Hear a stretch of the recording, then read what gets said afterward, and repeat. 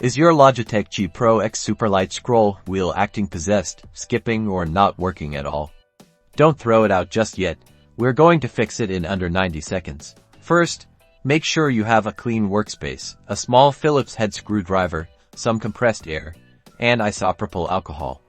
This simple fix often resolves most scroll wheel issues. Carefully remove the mouse skates to reveal the 4 screws. Use a plastic spudger or your fingernail to gently peel them off. Store them somewhere safe. You'll need them later. Now, using your Phillips head screwdriver, unscrew all 4 screws. Be careful not to strip them. Gently separate the top and bottom halves of the mouse. Take your time.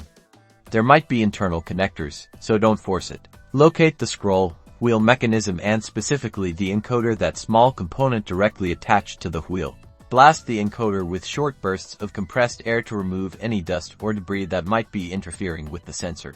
Lightly dampen a cotton swab with isopropyl alcohol, ensuring it's not dripping wet. Gently clean the encoder with the damp cotton swab, rotating the scroll wheel as you clean. This will remove any grime or residue.